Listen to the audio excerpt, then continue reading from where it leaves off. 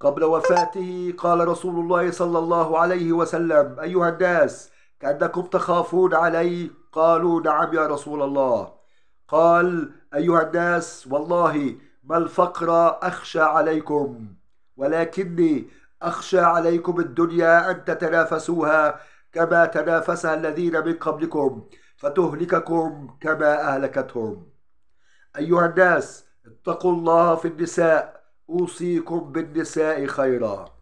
أيها الناس، ما من عبد خيره الله بين الدنيا وبين ما عند الله فاختار ما عند الله. وأخيرا، قبل نزوله من المنبر بدأ صلى الله عليه وسلم بالدعاء للمسلمين قبل وفاته وكآخر دعوات لهم، فقال: أواكم الله، حفظكم الله، نصركم الله، ثبتكم الله، أيدكم الله. وآخر كلمة قالها عليه الصلاة والسلام،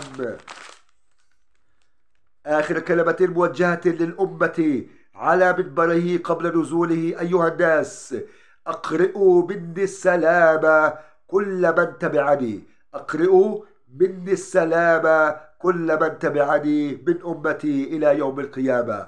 اللهم صل وسلم وبارك عليك يا حبيبي يا رسول الله، شفيعنا يوم القيامة، حبيبنا. اللهم يا رب أسقنا شربة ماء من يده الشريفة عند الحوض لا نظمأ بعدها أبدا. صلوا على رسول الله وأكثروا من الصلاة على حبيبنا وقائدنا ومعلمنا محمد ابن عبد الله.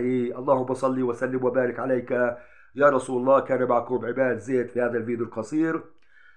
أتمنى لكم الخير دائما، أتمنى لكم أن تكونوا دائما متجهين إلى الله سبحانه وتعالى، ولا تلهكم هذه الدنيا فإنها زائلة. السلام عليكم ورحمة الله وبركاته.